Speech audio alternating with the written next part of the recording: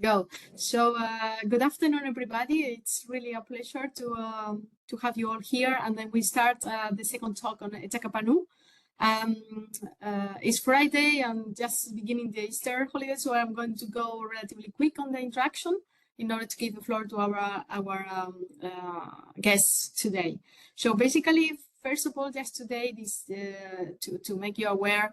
IEEE Etakapanu is basically a society of academic honor that was founded in 1904 at the University of Illinois, and it was merged in 2010 with IEEE. So there are today over 216 chapters, and they are adscribed or subscribed to universities around the worldwide. So it's really a very powerful society, I would say. And the candidates and the members, we are candidates invited to members who is part of it. They are joined based on the academic ranking, their character and attitude. These are the main pillars of this society. And basically our goal is to be a catalyst for what we know the complete technical professional. Yeah, that's what we are just trying to get the 360 degree and to grab all the challenges as we go along. So this society, this chapter is recognized around the globe as the one honor society. There are very prestigious members, astronauts and people around the world, and represent the highest values of our profession. And one of the activities that in our chapter from the UNED University at the Etakapanu is doing is these talks. Yeah. So today, as I said, we have a very special talk, and basically the title is pushing the envelope when your life is on the line. We have two guests here, which is Dr. Daniel Lee, and Adrian Reuter. I don't know if I pronounced correctly. So a very brief introduction of each of them. So Dr. Daniel Lee is a serial entrepreneur who's worked on 3 continents so far in the renewable energy, robotics, weather prediction, as well as the space industries. And in all these contexts, he worked in research and development, operation, and all the things that are needed to be taken off on all these aspects. Along the way, he is getting many lessons learned that in the various environments that he's been transferring to his passion, his other passion, which is very nice. It's about diving on anything where there is water and a challenge. So we noticed that he likes diving on mesophotics reefs, on caves, and inside caves, murky lakes, and anywhere where there is water, and I would add a challenge. He's a founding member of the COBRA Divers, and he finds particularly joy in putting his diving skills to use for science. Yeah. He's working with Adrian, which is also here with us, and he's very passionate about diver and also a very good salsa dancer, we learned. And in his professional side, he's a global category manager, clinical consumables and equipment, as well as global procurement. So he's also having a very profound networking on critical assets. So I try to be very brief because I really am looking forward to hear from what you came today to tell us. And then I want to give you a very warm welcome. Thank you very much for saying yes to come to give us a talk on this, and then go for it. The floor is all yours. Well, thanks very much, Maria. Yeah, and Adrian and I are very excited to have the opportunity to speak with you tonight and to share these things with you. So, yeah, Adrian and I are co-presenting this. So, Adrian, as you know, just jump in if you want to say something. You should be seeing my screen here. Is that correct? Okay, cool. So we've got 3 pictures here. On the far left, you have COBRA Divers. That is our dive team. So we're a team of 5 dual rebreather divers, and that's an interesting thing because diving with rebreathers is challenging. Diving with redundant rebreathers is especially challenging, and then doing all of that in caves is kind of like the highest challenge that we feel capable of taking on. And it's very unusual worldwide to do that. And I'll explain a little bit the reasons why we do that. And in the middle, you see Adrian and me. Adrian looks all ready to gear up and go straight into the water in a cave. We are normally diving together because we're partners, and we've kind of set up COBRA Divers, but the other 3 people that are diving with us are people that we learn from a lot and exchange a lot of knowledge with. And so this talk is kind of on behalf of everybody in the team, but we'll be zooming in on our personal experiences. Adrian, do you and then just check out Instagram, right? So there the name is very easy for Spanish people, Adrián de Salazar.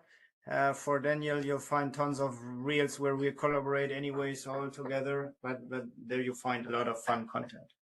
Yeah. So yeah, and most of it is pretty fun, but you can find that on your own. What we're about to show you is what I think a lot of people think of when they think about diving, which is a beautiful reef. So if you talk about scuba diving, people think about corals, they think about beautiful fishes, lots of clear water and stuff. And we love this, right? We love diving on reefs like this. But unfortunately, we live in the middle of Germany. And so we don't have a lot of reefs full of tropical fishes. In fact, I'm not aware of any reefs full of tropical fishes. So most of our dives look more like this. And I'll try to share. Again, you've put some nice music with this, so I'll just leave it uncommented. I don't ever blow up, no I don't take shit. I got no love for the fakeness. If you wanna play tough and wanna hate this, I'll always show up. I don't ever slow up, no I don't take shit. I got no love for the fakeness. If you wanna play tough and wanna hate this, I'll always show up and make a statement. I don't ever slow up, no I don't take shit. I got no love for the fakeness. If you wanna play tough and wanna hate this, I'll always show up and make a statement. Everything I do so instinctive and so passionate. Every word I move so descriptive like an action. Maybe you can mute the video so we can comment a little bit. All right, yeah. What do we see? Context. Yeah, exactly. So here we are basically diving in a very famous mine in Germany, and there are here what you see in the beginning, and what keeps popping in is Daniel or me here this scene maneuvering through what we call in cave for overhead diving a restriction. So there you have to be. Yeah, it gets tight, but this is also again, and there you get an idea of silt out. What happens if you start stirring up a lot of sediment, and it becomes fairly quickly very dangerous if you're not properly trained and wouldn't know how to handle that, because the consequence might be you need to maneuver out of where you're going in completely blind, and no light's gonna help you there. So yeah, as Daniel mentioned, this is a good video to show what the differences in diving, that this is a very kind of hostile environment, because the water is also very cold. We have here 8 degrees water. We do dry suit diving to keep the water away from our bodies, because the water would be very uncomfortable in 8 degrees water, and it's dark, and it's an overhead environment. So there are special procedures and protocols we have to have in mind. Overhead environment meaning that you don't have a route straight to the top. You have to go back. You might have to navigate through different passages. Exactly, but don't worry too much. So there are guidelines and procedures and training in place, like having a constant guideline to the entry where you came from, and some strategic placement of markers to find your way out, even if you have to maneuver fully blind. But just to give a little context of how different diving can look in comparison to what most common diving is understood with this single tank in blue, clear water. Yeah. So probably at latest right now, you're thinking, why are we having this conversation? I thought we were in IEEE talking about engineering stuff, and this is the connect. In normal diving, you're already entering a hostile environment. You're underwater, right? And being underwater means that you can't breathe without equipment. So you are dependent on technology. But diving in caves, especially very deep in caves, is a very different level of dependence on technology and technique. There are different human factors involved. So what this talk is about is how we as a team have overcome several common barriers that would keep you from being able to do the things that we do by adopting new technologies. And that's what we mean when we say we've been pushing the envelope. We've been pushing the envelope of what we're able to do. We've also been pushing the envelope of what our community is used to doing. There is not a lot of diving using similar equipment setups that we use. So it basically means we're pioneering new techniques, combinations of technology, often custom modified technology to match our mission requirements. So we're pushing that envelope, and if we mess up, you're going to die very quickly. So how do you do that in a way that you're not getting killed? That is one of my main goals in life, actually, is not to get killed. And so that's what this whole thing is about. But before we get into that, maybe we talk first about what are the actual problems that you're solving, if I can actually get this to go on.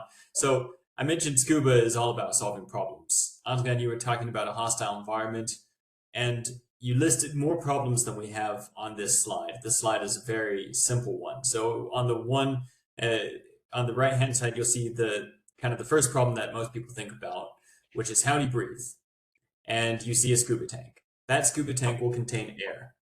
Now, when you're breathing, one breathful of gas has the same volume at depth as it does at the surface.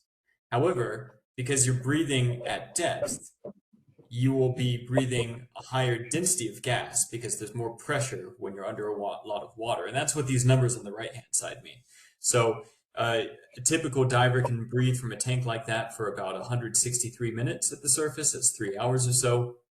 If you go down 30 meters, that has decreased quite a lot. So that tank will only have enough gas to supply you for about 41 minutes at the same rate of breathing.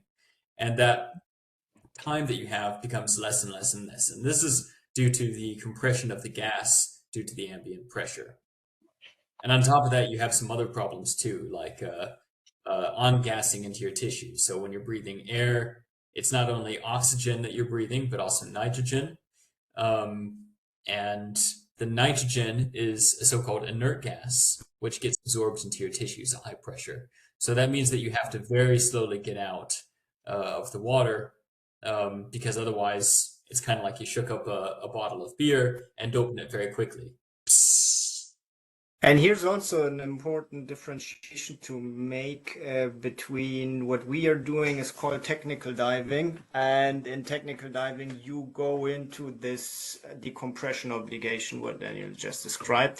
In sport diving, you stick to NDL diving. So that stands for no decompression limit. So they stay well within the timeline so that they could pretty much surface instantaneously without facing severe consequences. There are still considerations that even as a sport diver, you should not pop simply just to the surface. But in theory, from the logic here, the differentiation between technical diving and sport diving to be made in technical diving, we are surpassing the limitations of and no decompression diving. Yeah. Please do not understand this as a substitute for diving training. If you want to try out diving, then there's a lot of training that you should do. Learning to do sport diving is very easy, and I would encourage anybody who's interested to do that. What we're talking about here is technical diving. That takes longer to learn because there's just more things to learn. You would learn about factors like the narcotic effect of breathing lots of nitrogen. If you're breathing air at depth, it'll make you feel drunk. Oxygen itself becomes toxic. And then another factor that you, Adrian, highlighted before was hypothermia. So a lot of our dives are in very cold water, say 8 degrees, 7 degrees, 6 degrees, sometimes 4-degree water. And if you have a problem with your suit or you don't have proper insulation, then you would very quickly get hypothermia and not be able to do anything else. So that means that there's a lot of problems to solve. And what I've discovered is that most of the time when you solve one problem in diving, you open up the frontier so that there's another problem that you need to solve. And generally, the solution is technology. So the one of the main problems that you would need to solve is being able to stay underwater for a long period of time. And that's what we were talking about in the previous slide with having that scuba tank there. You can get around that by using what's called a rebreather. Adrian, you want to tell the folks a little bit about how rebreathers work? Don't we have also a picture coming up for that? We do have a schematic, yeah, so maybe very high level. Okay. But then on a high level, that's basically what Daniel wearing there on his bag. You have pure oxygen, and the other gas is diluent. In this case, let's just assume it's air. And then you have a scrubber, so basically a filter which removes the carbon, the CO2. So the product which your body urgently needs to get rid of, that is chemically bound in the scrubber, which looks like the same material as you put in the cat toilet. And there it gets chemically bound and removed from your breathing loop, and then you keep recycling basically what you're breathing, and your body is only consuming very little oxygen actually per every breath, and that's where the pure oxygen comes in. It's very, very precisely refilling the oxygen you're consuming from your mixture, what you keep breathing in a circle basically. So the toxic gas, the CO2, gets scrubbed out, removed. The oxygen you're consuming, your body is, converting into CO2 basically, gets refilled in the loop. And you have oxygen sensors and a lot of more electronics to really keep track of what's happening in your loop, because it's really life dependent that you understand what you're actually currently breathing. So you have in most of the units like 3 oxygen sensors which are visible on a handset. So there you can check out your PPO2, what you're currently breathing, and to add additional safety, most units come with a so-called head-up display, which is then sitting right in front of your eye, which is depends on the unit, but it would warn you directly in front of your eye that there is something wrong with the gas you're currently breathing, so that you can react very fast, which is absolutely necessary, because breathing too long the wrong gas might lead quickly into unconsciousness and consequently into death. Yeah. Or if it's too high in oxygen concentration, to convulsions, which would lead to drowning, which would lead to death. So you want to get the dosage just right. These machines, if you run them well, are very robust. There is only very rarely a failure. But in this particular dive, for example, I went down to 70 meters. So if you imagine you're 70 meters underwater and you have something like 30, 40 kilos of equipment with you, even if you want to get to the surface quickly, you really can't. So there's a question that all rebreather divers will be keenly interested in. Everything's going to be fine with my gas, but what if it's not? What if my rebreather fails? And that's what those, if you see my hand is resting on some extra tanks. And if we zoom out a little bit, you can see a whole lot of tanks. So those are all extra tanks from the team that were going on this dive, so that we could survive a catastrophic failure of the rebreather. Now, catastrophic failures of rebreathers, they're rare. We've experienced them before, but they're rare. And in the case that you're in the back of the cave, very far away from civilization, or at the bottom of a lake or the ocean, you really want redundancy. So we use technology, we use training, and we use redundancy. And a big question that Adrian and I have both faced over the years is, how do you have enough redundancy? So if you're diving very deep, you need ever more tanks. So all of those tanks there, that's a lot of gas, but it might not be enough gas to make it out of being very far into a cave when something fails. And you can see what that looks like here. So this is me. I think Adrian, you made this video, right? So there I'm going swimming by, and I'm carrying about, I think those are 7 or 8 scuba tanks. I'll watch that again. So it's a lot of tanks. If you're in a current, so the water's pulling at you, or you have to swim very far, that just doesn't work. If you have to get into a tight space, it just doesn't work. And that is the reason why for our very deep dives, or for going very far into caves, we as a team came to the conclusion, which was not uncontroversial. It was very controversial in the beginning, but it's become kind of unequivocal now. We came to the conclusion that we needed redundancy that was not in the form of all of these tanks here, but rather a second one of these things in the back. And that means a second rebreather. But here's the problem. For most things that you want to do while you're diving, there's specific training that you can do for it. There isn't specific training on a second rebreather. So nobody can teach you in a certified way how to use a second rebreather. And so we had to develop those techniques on our own. And that is the meat of what we're talking about here. And before you ask, is it really that hard? I'm going to move fairly quickly through this slide because I think most people here are from an engineering background. What you'll see is that what we're talking about with a mixed gas closed circuit rebreather, like is depicted here, is a complex machine that is made of a small number of components, but where you can have nonlinear states, nonlinear state transitions.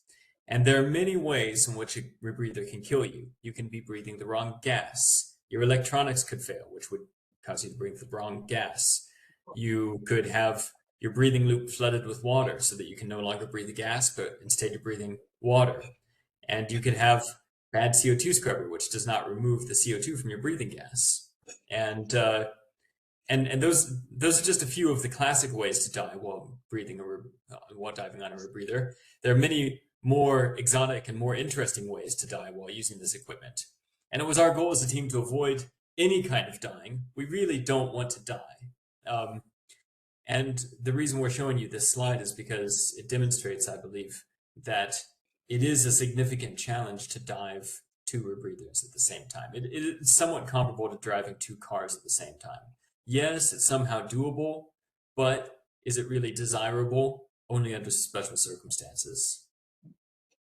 So it's basically a real-time gas mix machine, in simple. And the two additional very common ways of dying is too much oxygen and too little oxygen. Yeah. So we've been doing this for a while, and we have approached it in a way that kind of naturally led to a fast progression so that we learned how to do these dives.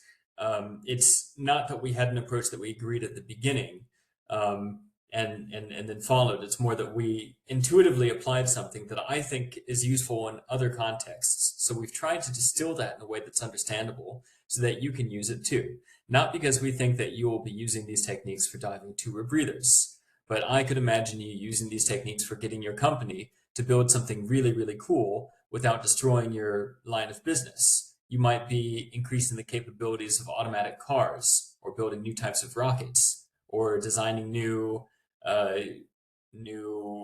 digital solutions that are making trade more efficient, or whatever it happens to be. And you want to do so in a way that does not promote catastrophic failure. So how do you aggressively pursue gaining knowledge about unknown things without sacrificing stability and system health? In our case, I would say it brews down to about these 4 ingredients. This is our magic sauce. First off, it's about acknowledging that the most important resource that we have beyond the money that we need to use to buy the equipment is our knowledge of what makes sense, how to use it, and what's safe. And so you need to get that knowledge or produce that knowledge as quickly as possible. To give some perspective, a lot of very accomplished technical divers will dive for 20, 30 years using similar equipment to what Antoine and I were using just a few years ago. And they say that this is the limit. It's clearly not the limit because we're diving with much more advanced equipment. And we've developed these techniques without being able to access training from other people. We would have loved to just get trained and do that, but we had to develop these techniques. So step 1 for us was to harvest what we could from any source where we could get knowledge, training, reviewing literature, talking with experts. And then number 2, when we were making hard decisions, because of course you're always faced with a hard decision, creating structure and transparency about how we do that. Why? Because it makes it easier to discuss as a team. We discuss a lot in the team. We discuss where we put lights, how we charge them, what we do with used CO2 scrubber, all kinds of things like that. We try to share that knowledge, and having a structure around those decisions that you make that your life is depending on makes it easier to talk about them, and that makes it easier to make good decisions. Number 3 is understanding what you have to get right. So when we're diving, we want to be breathing in gas all the time. If we're breathing water, we're dead. So that's one of those things that always has to work. You always have to breathe gas, never breathe water. But there are a whole lot of other things that can go wrong, and that's okay. That's not going to get you killed necessarily. So when you're pushing the envelope, sometimes you have to acknowledge that you will be in circumstances where you're not at peak performance, analyzing what could go wrong, and then selecting the things that must go right and focusing on them so that you know for sure they're going to go right allows you to learn much, much faster than if you were to try to get everything perfect from the beginning. And the 4th thing is thinking about where we want to go kind of long term, and then experimenting with how to get there in the smallest way possible. And that way you're not building some solution that you don't actually end up using to its fullest. You're building something incrementally and incorporating the knowledge that the real world helps you generate at every step of your journey. Adrian, do you think that's a fair summary of how we work? Yeah, much. I just would like to highlight one more time the importance of really the communicational part, because if you start being a trailblazer into a realm where there is not too much guidance on how to do it, or maybe you want to confront the way of how it's been done up until now, and you want to figure out your own way, you're gonna head into quite some headwind, and then it becomes very important that with a group of trusted people you have, you can communicate transparently and don't get sucked in by thoughts of, oh, shouldn't I know that? Should I really ask that question? And yeah, go for it. Ask the question, even though you think you may already should be knowing it. But that's also in my professional life always a good approach, to be very open to constructive error feedback culture. So if I address it, I can learn from it. If I don't, if I keep silent about it, I'm not going to learn, not going to improve. Yes, maybe here and there I'm going to embarrass myself a little bit by asking a stupid question, but so what? In the end, I'm going to learn, I'm going to improve. And especially with these critical things, if it's technical diving and it's really about your life, or it's going to be later in the professional environment about building your own company or making an establishment within a company, I still think communication and asking questions is key. Yeah. I endorse that 100%. The frontier is not an environment where egos can live for very long. You have to be humble. You have to be willing to learn, and you have to be willing to ask and question each other as well. One thing that's very useful is that Adrian and I, this is the way I experience it, we challenge each other's ideas in a way that is respectful and valuative of the other person, and that helps us to move things faster and better. So maybe we can look into some examples. Here I've got one of my, here's an example of harvesting knowledge through training. What was this? This is our big rebreather workshop in Poland, wasn't it? Yeah.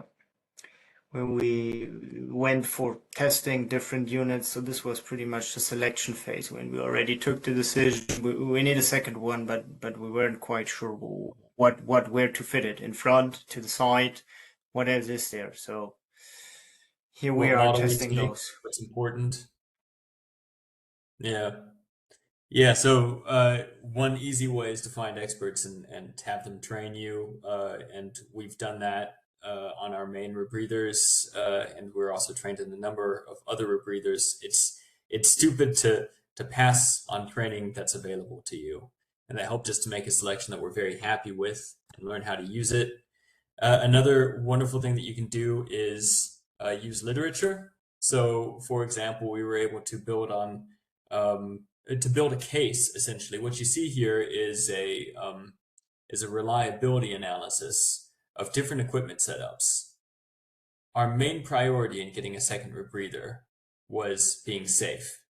And so we wanted to be absolutely sure that we weren't creating a situation where we would be less safe by having a rebreather, by having two rebreathers versus one rebreather. And fortunately, there's lots of good literature out there that has equipment failure rates and things like that. So you can run an a reliability analysis.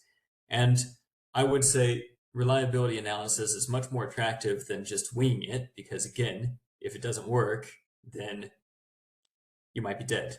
So here we're able to harvest learnings from literature and make a decision about what we do. Structure and transparency. Adrian and I both work a lot in procurements. I think probably you do more procurements than I do, Adrian. This is a very, very common process, I imagine, in your day job. Yeah, I mean, pretty much. You want some. So most common is you do not want to put all eggs in one basket. It doesn't matter if it's in your private life with your finances or in the professional environment with being procurement. So I do strategic procurement. So yeah, I rarely would want to go willingly into 100% dependency on one single supplier. So the minimum I would be aiming for is like a dual sourcing strategy. And that's pretty much basically the same in technical diving. Everything that is life support, so absolutely a must for surviving in the environment of being underwater. We have it redundant. So a dual strategy. If one rebreather fails, you got another one. If the mask fails, you have one more. If a light fails, you have at least two more, and so on. So everything that I'm a little bit about lights, so I have 8 or 9, but that's a different topic. Yeah. And when you're making these decisions, especially for large procurement, so for us in the team, the rebreathers are very large procurements. Another large procurement is diver propulsion vehicles, which are basically torpedoes that you can strap to yourself and use to get around underwater to cover larger distances. For big procurements like that, we've set up criteria. And you can see the example criteria for our bailout rebreather over here. Now, you're not technical divers, so you won't be interested in the specifics there, but what you can see is that we set up some very basic requirements that helped us shortlist which models of rebreather would come into question for us. And that allowed us to narrow down the field. We refined this as we were evaluating different models.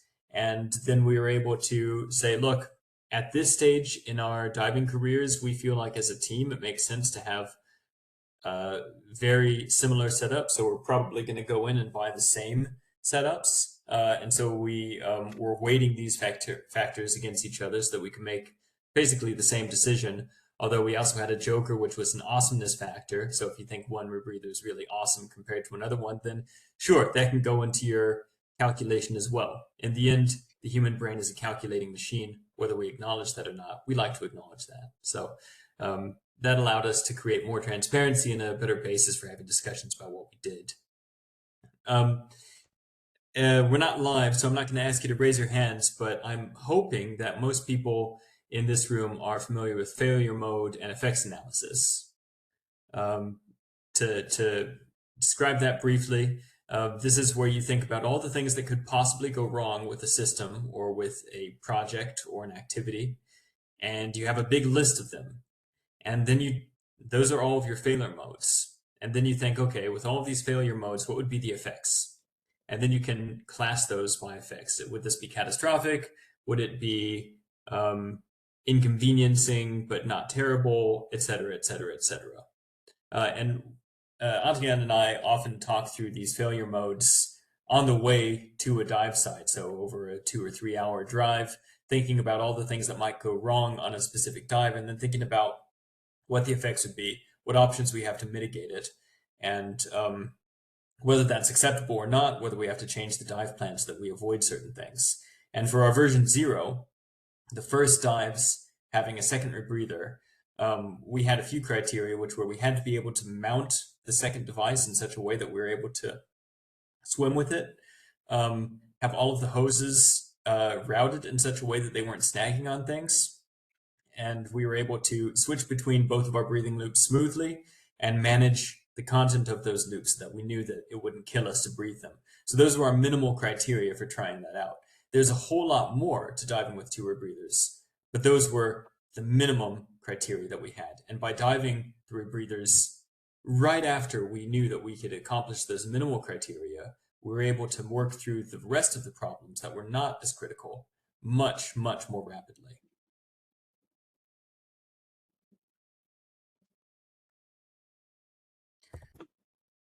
And this is the last slide that's more theoretical. So what have we talked about so far? We've talked about harvesting knowledge where you can get it, creating structure around important decisions, understanding what things can fail and what things can't, and having mitigations in place for the things that can't fail, knowing when you're ready to move on and moving on as fast as possible. And the last bit was, of course, after we set up our dual rebreather equipment rigs, we did what every good project should do, which was inspect and adapt. We said, where do we get to and what can we improve now?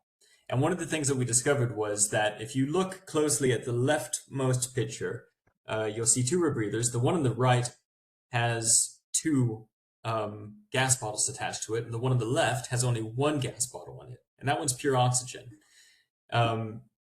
Most rebreathers, or all rebreathers, need 2 gas sources to be able to dive very deep at all. And we had been running the side mount, the second rebreather, which is that red thing that you see on the left, by connecting it to a diluent bottle that was supplying diluent gas that would dilute the oxygen that was separate from the rebreather itself. And after having learned how to do this, we sat down and did some calculations and figured out that from a mechanical standpoint, there is a 30% lower risk of catastrophic failure if each rebreather has 2 bottles, not that one rebreather only has 1 bottle and is dependent on a separate bottle that's hanging off somewhere else. And when you're adding a bottle, so that was very attractive to us. We wanted to increase our safety margins by 30%. That sounds great. But of course, if you do that, there are all kinds of things that can happen that could affect your dive negatively. So if you add another bottle, it might be too heavy. It might affect the work of breathing out of your rebreather. It might make it hard to swim in a good position so that you can move efficiently. And what we did was, again, failure mode and effects analysis, thinking what could go wrong there. And then we figured, well, you know what, let's just test it in the ugliest and cheapest way possible. And that's that middle picture. Antoine, you were the one who invented that one. Yeah, typical procurement guy. I love cheap, so I had to try the cheapest possible solution first, and it kind of worked. But yeah, later I had to admit to invest a little more to go for the more professional mounting system, which added a little more stability and convenience to it. But I had to try the cheap version first. Yeah. Yeah. Well, we both tried the cheap version first because why would you invest 200 euros in a fancy bottle mount if you don't know if it actually works, right? Yeah. So we were able to prove the concept for 15 euros, taking into account the fact that it wouldn't work as well as we wanted, but we wanted to test if the concept worked. And that's what we were able to do with this 15 euro setup that you see in the middle. That's very ugly, and paved the way for us setting up the smoother setup that you can see on the rightmost picture. That reality teaches you much more effectively than any kind of theory. So it was important to think about what we wanted, implement it in the cheapest, easiest way possible, test it, and then build out what we found is important. The result of all this is that when problems arise, we can handle them way better because we have all of this redundancy and we know how to use it. So I'm going to play this video. Adrian, perhaps you could walk us through what's going on and I'll leave the audio out. Is that all right for you? Yeah. And very important for this. As I context is in the beginning it said, well, we can just keep because it's going to be too fast to explain everything. So maybe we just play the video. Okay. Or anyway, so 1.4 kilometers was here the distance to entry / exit when bailing out. And to understand this distance is by foot, meaning how long do you need to take this distance underwater, so you can make like 500 meters within 1 hour. If you're not at significant depth, but this distance in this case was also at significant depth, so around 45 to 60 meters depth, I had to take at least 1 kilometer on this depth until I would be able to start the decompression phase. So anyways, what happened is I prepared both of the rebreathers very meticulously, very as always. So I was pretty much very confident that I built it correctly and everything is fine. And if you pause here maybe for a second. So what are the numbers here in the computer? You see on the top left corner, this is the current depth. So there I'm already pretty close to the entry. You see the time, what that means, the time of how long this dive is already going on. So 208 minutes, which is almost 3.5 hours. Then in the middle, you see 3 oxygen sensor readings. The partial pressure here is 1.42 and so on. And then you see in red the alarming part. So our units, what we dive, they have a surveillance system of the scrubber, which is it's just measuring temperature, because the CO2 removal is producing heat, and this can be can be measured. And if the heat zones start dropping, it would understand there is no more reaction going on, so we might have a CO2 problem going on. So this happened on the way back, returning from a 2 kilometer penetration in a cave in France. And then my main unit went into your scrubber has a breakthrough. So it could have been, I was pretty sure my scrubber should be fine because I couldn't feel any breathing resistance increasing, but still the way to the entry is very far. So I switched out of caution to the second unit. Just to give some perspective, if you have a scrubber breakthrough and you're breathing a lot of CO2, especially very deep, which you were at that time, the result is headache, blackout, vomiting, death. So I would have switched too and been on the side of caution.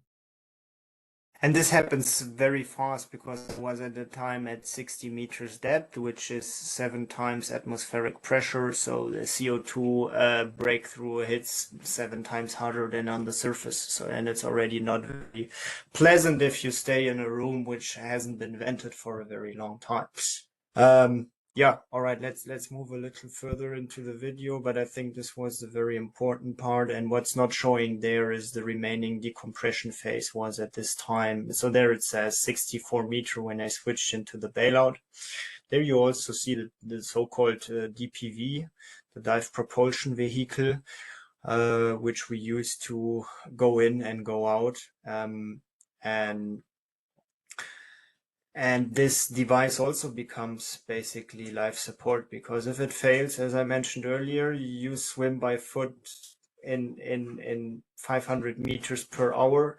So to get out of 1.4 kilometers is already a more than 3 hour swim basically. And now you are at depth, so you're breathing dense gas, and you add at least 7 hours of decompression if you have to stay at this depth for 3 more hours just to get to a shallow area.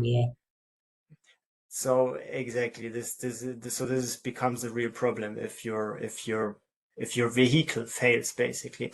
But yeah, so I switched into the second unit shortly after I switched into my bailout rebreather. My main unit recovered and was showing I'm fine again, but at this moment I wasn't trusting it anymore. So I kept remaining on the second unit, and here's the huge benefit. So to make it out in open circuit bailout, it would have cost me around €1,000 minimum just in gas, only gas, because I would have needed a lot of helium. And then what Daniel mentioned earlier, the whole logistics. I mean, now you're 1.4 kilometers in a cave, and how much of these tanks are you going to carry while being pulled through, or when you want to make distance? So the whole logistical problem. And here I just had also ease of mind. I just stayed on my second unit. It wasn't costing tons of money, tons of problems by carrying multiple tanks, and I could just be safe by remaining on the second unit. Risk is a lot lower. Physiologically, it's much better for the body. That's what that training was able to get us. What you see here is emergencies do happen, but for the COBRA Diver team, this specific incident was not an emergency. It would have been for most every other team. To round things out, because we're running out of time now, what we have here is a couple of awesome pictures to prove that we actually have fun in the water. So here you see Adrian. Yeah, what are you doing here? You're demonstrating your switch, aren't you? Yeah, exactly. Yeah, demonstrating the switch from the one unit to the other, and you see on the right side there is the little tank mounted on top of the white tube. So on the right side there is one rebreather, and on my back there is the second one. Yeah, here's another member of the COBRA Divers team. That's Steffi. She's been the person. She also has the second bottle mounted on her left side there. You see attached to her T-Reb. She discovered that mounting technique, which is very practical. This is me. You've been looking at my face long enough. This is us as a team getting to go to awesome places and do tough photo shoots that would be very difficult to organize, but we're able to organize it quite easily because we have the right equipment and know how to use it. And this is a group picture of our entire team in the Felicitas mine, which is one of the very famous mines here in Germany. And oh yeah, and some nice group pictures here. I think this is a really nice slide. The last bit here, this is us in the ocean for very, very deep dives. This is at a sunken submarine. It's something like 120 meters.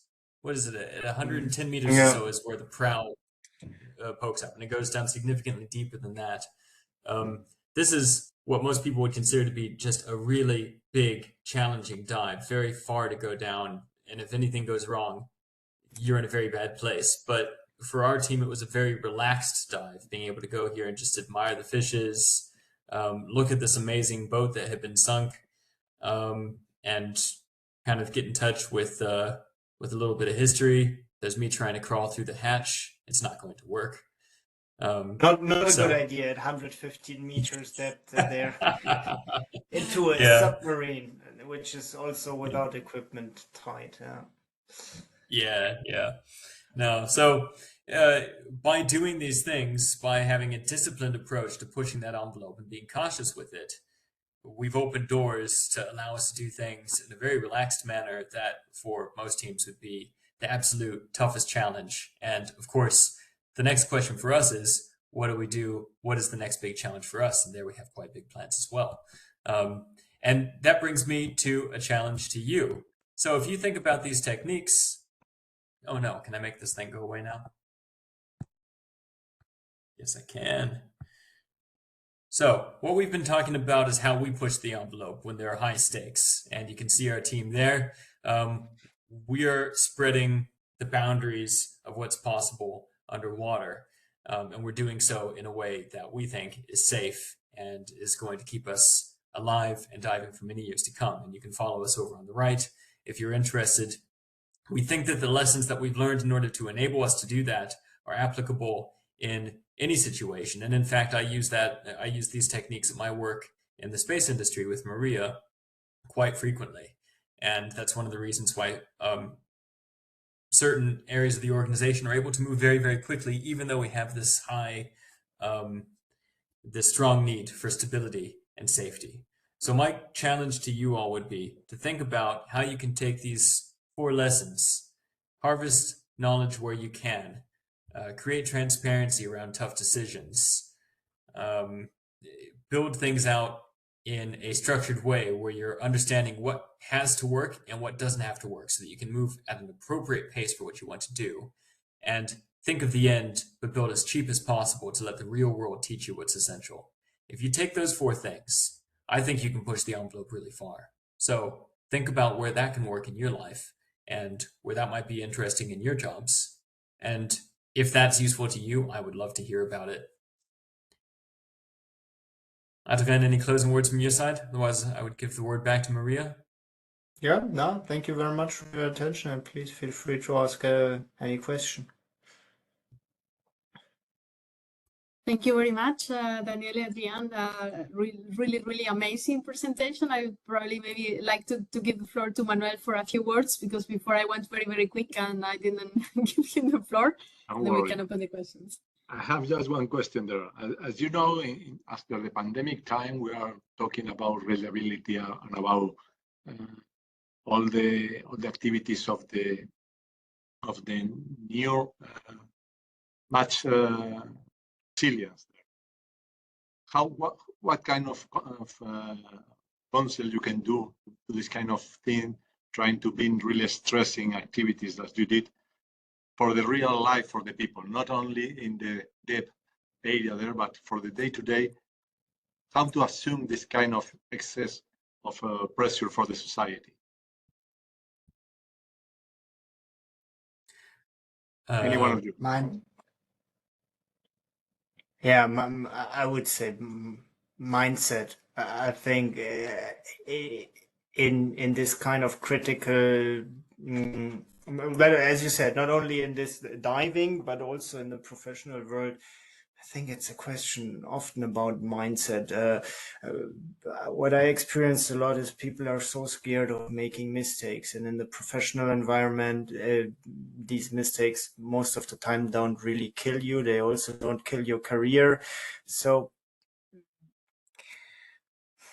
connect with people, try to eliminate the errors as much as possible, but don't get too shy of tackling these problems. And when it gets to these critical situations in technical diving, for me personally, it's feeling comfortable with the overall situation. Like, and I keep imagining this in these dives. Like, if this would happen now, if this would start going wrong now, would I be able to handle it? What would my reaction be? And in business, it's somewhat the same. If I start the project and I think of what are the critical aspects which can go wrong now? What if the budget dies? What if the budget cut is 50%? Whatever. I already have some scenario thoughts of how can I keep going forward even if things start going wrong, because definitely things start going wrong. It's just a question about when does it start going wrong. It's definitely going to happen. The only thing I would add to that is thinking about the criticality, and this is kind of the number 3 of those techniques that we were showing. So I can actually go back there a little bit. Thinking about what's actually going to happen if something goes wrong. Is that something that I have to absolutely make sure doesn't happen? Because there are certain things that absolutely can't happen in a high pressure environment. So an example, Maria is involved in launching a bunch of satellites, and we don't want them to blow up on the rocket, right? We want them to start, and those are multi-billion euro investments. They need to work, right? And we have certain specific criteria of what does it mean for it to be working in a nominal state? What's the minimum survival criteria for the system? Then there are a whole bunch of other things that are important, but they're not as essential. And understanding which of those, so there's 2 elements. There's understanding what are the impacts of what happens, and what are the things that you can do to mitigate that. And within that universe, you have to understand what your appetite for risk is, and you have to understand what risk you're willing to accept and what not. So neither Adrian nor I are willing to do dives that we consider scary, where we think, oh, I might die. It's just not something that we'd do. We're not brave, but we do like a challenge. And I think that applies in business world just as much. That's okay.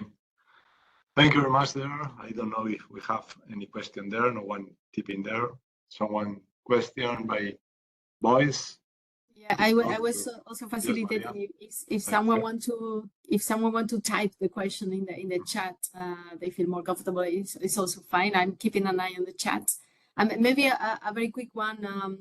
Any of you or both of you, basically, I have the impression I was just keeping in mind this critical thinking, that somehow you are developing a mindset for a critical thinking. So how to come naturally. When you are diving, of course, you need to have a quick reaction. It's very well trained. You have, but also I was just thinking along the way, you are merging your passion for diving into your, let's say, also professional life. And I was just wondering, and I was just thinking about, okay, also even at the students level, when and there is the need for a student to develop a prototype, to decide a trade-off, all these kind of things. How at the end, the question is how natural, in your view, as you are experiencing, is the process of educating this critical thinking and this mindset of trade-off, risk and no risk, from something in the environment in which you are to any other context, so that it comes natural. How much effort do you think has to be explicit, and how much is implicit? For me personally, I work with lots of different people with different styles. And I think that what I've observed is that there's different degrees of what's natural for different people. So some people are very intuitive about things, some people are not. And this is actually a strength. So what's intuitive for me won't be intuitive for Adrian, who's a member of my team. I'm a member of his. We're in the team together. And things that are natural for him or intuitive for him won't be for me. And that's the whole purpose of a team, that you don't have to be able to do everything. You just have to have the people in your team so that the team can do everything that you need. I hope that makes sense. Teamwork, yeah, absolutely. I mean, it's not a question of individual solo, but on the other hand, each member, it's really a brick of a powerful house, let's say. Yeah, I got it. Mm-hmm. Very nice. Yeah. Yeah. I don't know if anyone else in the audience would like to raise a question or have a curiosity. I'm just watching also the clock.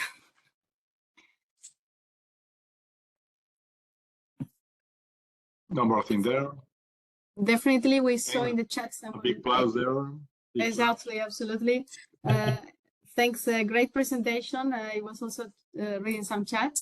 Thank you very much, both of you. It has been really a fantastic, an incredible presentation, very much out of the blue, but then coming into the blue, so it's super nice. And then we will have this recorded. I think we can probably stop the recording now. And yeah, thanks a lot for putting all this together. It was really amazing. And thanks. You are giving us a lot to think about. Yes. Well, thanks for having us. It's been a pleasure being with you. Yeah.